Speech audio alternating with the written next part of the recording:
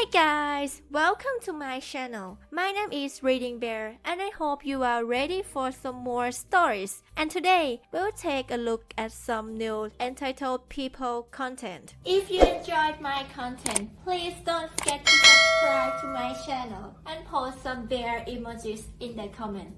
And now, let's dive right into the stories. The first story is titled, "My ex demanded me for child support for a kid that is not mine. My mother and sister are on their side." Some years ago, I dated a girl. The relationship was bad. She was very controlling and abusive. It ended up really bad and we broke up. I kept going on with my life, and after some years I got a decent job, enough to solve all my needs, have a comfortable life and make some savings. The thing is, a couple months after getting my job, my ex contacted me. She first asked me to talk. I believed that she may want to reconnect or something, but she showed up with a 5-year-old child, claiming he was my son and demanding for child support. I didn't believe her, but the child age matched the time since we cut contact. I got advice from a lawyer, a friend of mine, to try to solve this out of the court. I offered to take responsibility, pay all the costs and being an active part of the kid's life, only after making a DNA test. Everyone was okay with this except for my ex. She acted offended and demanded to just give her the money she deserved. She used all the excuses she could, even contacted my family to told them I was trying to avoid taking responsibility of her child. When she run out of excuses, and the DNA test was finally made, and surprise, I'm not the father. She was so mad with the result, and cried about the money, saying it was unfair and she deserved it. But she didn't accomplish anything. Moving on to the last week, there was a little party on my parents' house. My brother, a friend and I were talking, and my brother started to joke about the situation with my ex. My friend and I started to joke about it too. Some of our comments were a little dark and bad, but we were far away from the rest of the people. Literally we were on the opposite side of the house, and nobody else could hear us, at least that was what we thought. We were laughing like crazies when my sister appeared very angry and pushed me against the wall.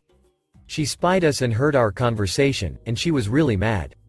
She started to yell at us about how horrible people we were for being mocking of a poor woman. Few hours later, when the party ended, she asked me to go to the kitchen with our parents, and she started to say how awful I was for the previous situation. Apparently, my ex had been in contact with her, and she believed her version, and that was her way to have an intervention. My brother and I were like, "Are you serious?" When she started to say how I forced my ex into be a single mother, and that I have the moral obligation to help her. My dad only said that we maybe were being too cruel making jokes of her, but that I wasn't responsible for that kid. My mom then surprised all of us when she said, "Even if the kid is not yours, you're making more than enough money to support that child, you should have helped her." Since then, I had been receiving texts. My dad and my brother are on my side, saying I'm not responsible for her, but my sister is telling me how horrible I am for being ruining their life. My mom only said, "It's your decision and I respect it. I'm just very disappointed that you ended up being so selfish."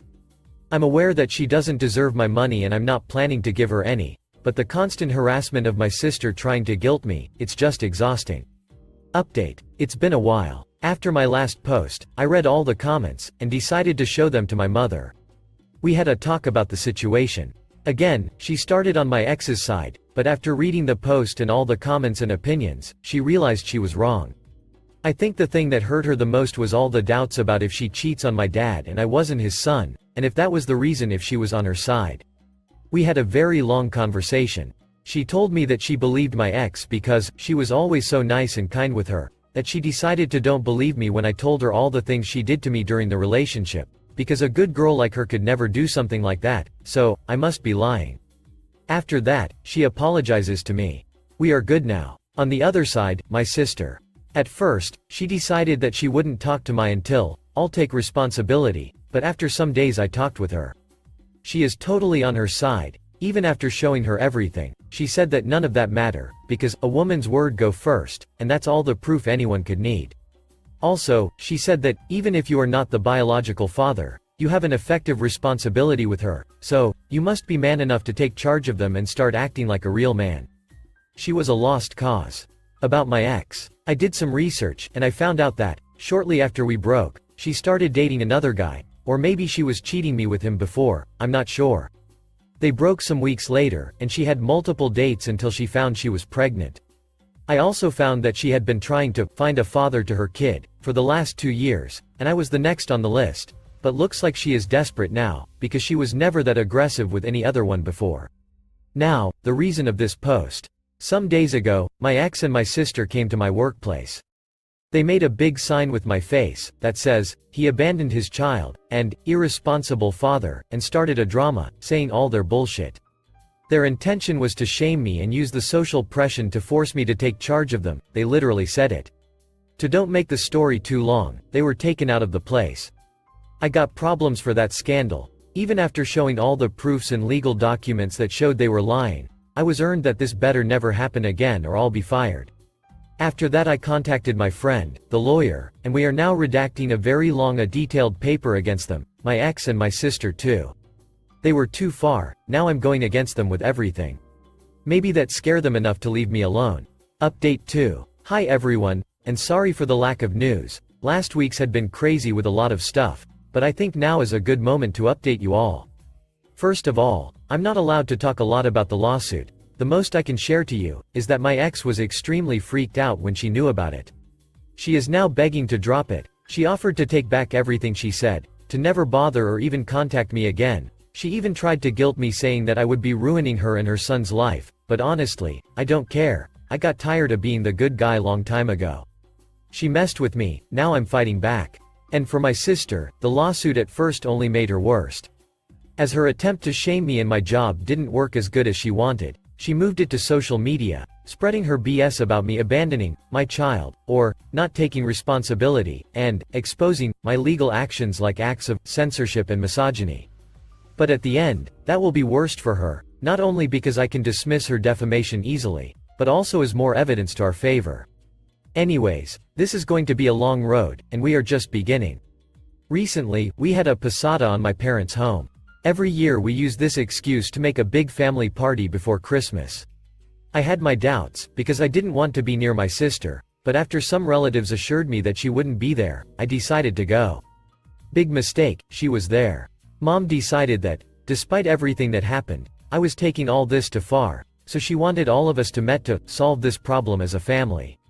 I tried to get out of there the moment I realized what she intended, but some relatives tried to stop me while my mom cried that I needed to stop, that I was tearing apart the family and needed to learn to forgive and let go.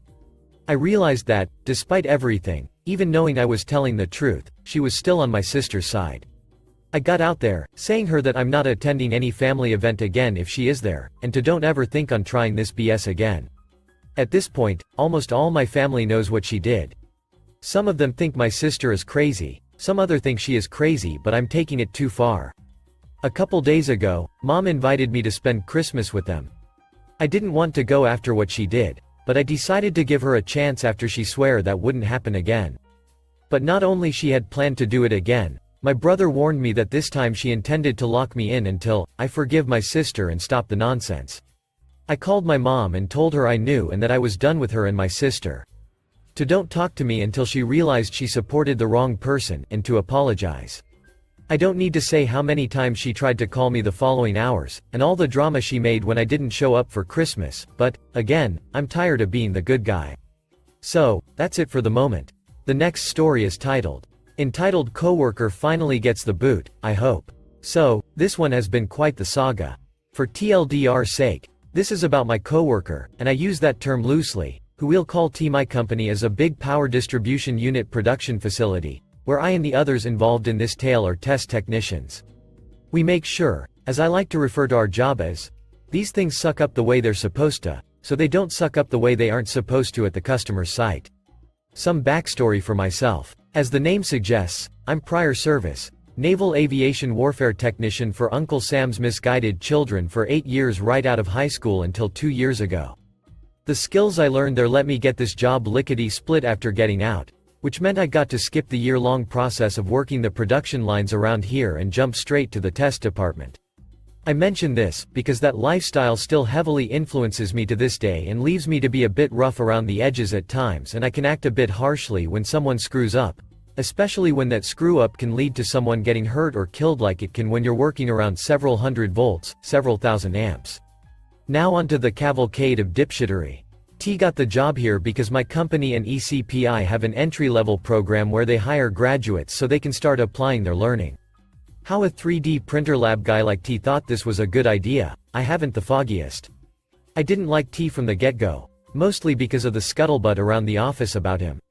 His supervisor on the production line, whom I've a good rapport with, seemed all too happy to be rid of him. That didn't bode well. However, I gave him the BOTD and started giving him the lowdown on the hoedown on how test operates. Months later, we're all sick of him. I wasn't the only one to practically plead with our manager to cut his strings, but we've put a lot of time, effort and money into training him, we can't just cut him loose. Take the L and bite the bullet, my dude, FFS. Boy's gonna get somebody killed. All he did was complain. If you weren't sitting on him to do work, he would just be cruising Discord on his work computer. He'd constantly grouse about outside work problems to us like we're his therapists, the works. Not to mention he'd come up with the most asinine reasons to skip out of work whenever he could. Oh, my Tesla's only got 80 miles left on its charge, I have to go home and charge it. I've got a haircut appointment at noon. My parents aren't home, and the mail has to be checked. I'm just not feeling it today. All that shit. I was holding my breath waiting on a deliberation that'd see me incarcerated or left free, and my best friend offed himself at 2 in the morning. Where was I both these incredibly mentally strangulating instances? Sitting my happy ass right here at my cart, doing my job the best I could, because outside problems are outside. What in the hot and crispy Kentucky Fried Duck makes you so special? We have to wear special uniforms that are shock and flame retardant, and he didn't like them because he's like 300 pounds at like 5 feet 7 inches, so he looked like an overfilled beach ball. Relevant because he let that also affect his work. None of us wanted to work with him because we were tired of having to jump back halfway through testing because he messed something up, and it'd take about 10 times of Barney style breaking down something for him to finally halfway understand it. Even the mildest of criticisms had him visibly deflate like a kicked puppy, and he would be useless for the rest of the day afterwards. He still lives with his parents, not judging him for that, but he lets their relationship mess with his head, and a messed up head around here is a death sentence. Whenever they fought, or said something to him he didn't like, he was moody and made the pointed, "I have something I want to talk about, ask me about it so I can unload," looks and mannerisms. I'm a patient man. I understand this job is complicated, and I'd rather you ask me 100 questions than one question 100 times. But that's precisely what T would do, and we all suspected he just wanted us to do the work for him under the guise of watching and learning. After months of this, and a few times of blowing up a unit because he wasn't paying attention properly, one of which had me standing right in front of it, he was given the boot from test to go work in the circuit card lab. That was a pleasant respite of about 2 weeks before he came right back, to a collective groan of displeasure from us and test. He hadn't gotten any better and was still just as unable to leave irrelevant things outside when he came to work, and still very easily distracted. He once came to me, in the middle of me being elbow deep in the guts of a unit, to ask me if a Glock was a good pistol to get. No red flags there, lemme tell ya, and also, how's your work going? I told him to get his head out of his ass and focus on the task at hand. I was just trying to make sure I wasn't making a shitty choice. Oh, shitty? Like the opinion of your work ethic around here? Because you're perpetuating that stigma by talking about guns instead of working on the unit you're assigned to. Here I thought magic was only in fairy tales, yet here you are with head up ass, foot in mouth and nose in ma business, ya fucking wizard. When I get agitated, my twang comes out. Now go try and rectify that before I lodge my boot so far up your ass, you taste what's on the underside. A few months after he got back, after yet another instance of me picking up working on a unit after him and having to redo the entire test procedure, I got fed up and let my chevrons pop out my collar once more. This man-child had been babied his whole life, and maybe, just maybe, if more people hadn't coddled him so damned hard, I wouldn't have had to give him a dressing down so thorough that his ass was about 20 pounds of hamburger meat. Before it's brought up, no, I'm not his superior, but I'm a firm believer in policing your peers, much to my manager's distress. He always warns me that talk like that'll get me in front of HR. I say fucking fight me. I ain't an asshole until you make me be one, and any claims of making a hostile work environment can be countered by the fact of this window-licking mouth-breather comes in and makes a hazardous workplace by proximity because of his lackadaisical methods, in spite of all attempts to make it otherwise. I ain't gonna let my team get fragged because Boohoo Boy here wasn't paying attention to his work and thinking about protogen or something. Once, he groused about the raise we were all supposed to be getting because it was a merit-based system of evaluation, and he knew he wasn't getting bubkiss.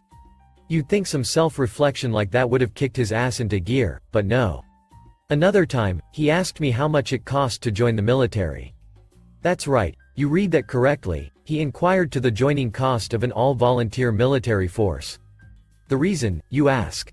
Because his VR chat, I know because he told me, girlfriend's emotionally abusive brother was being mean, and getting him into the military was their solution to be rid of him. I told him he had no comprehension of how absolutely asinine he just sounded asking me that question, and it was quite frankly insulting. I reminded him that I'm the absolute worst person to come to with it, because, unlike everyone else in this scenario, I'm not a ducking floor mat and he needs to sack up, find where they're hiding up in his guts, and handle the problem rather than pawning it off. Also, it's 6 o'clock in the damned morning. No good morning, not even a hello? Just gonna jump right into the suckboy antics? Tight. Pros and cons will reflect. We come now to the finale. Evidently, mommy and daddy were fighting the night before. He came into work last week all mopey and sad, hound dog faced, and confided in my buddy Jay, another prior service Marine. That's right, the two absolute worst people to try and seek out sympathy from were his two target individuals to release his woes towards. Jay told him to go home, and then proceeded to let management know the skinny. To his great surprise, T wondered why his ID wouldn't let him into the building the next day. You think that'd tip him off to something? And then was promptly told to leave as soon as he was spotted, on the grounds of management had debarred him from the facility until he gets his shit together. Finally, now sounds the horn of Gabriel, and the pearly light of the heavens doth shine down upon us. I don't like having a cover on my grape, but I will manifest one just to consume it wholeheartedly if they allow him to come back. Thank you for listening.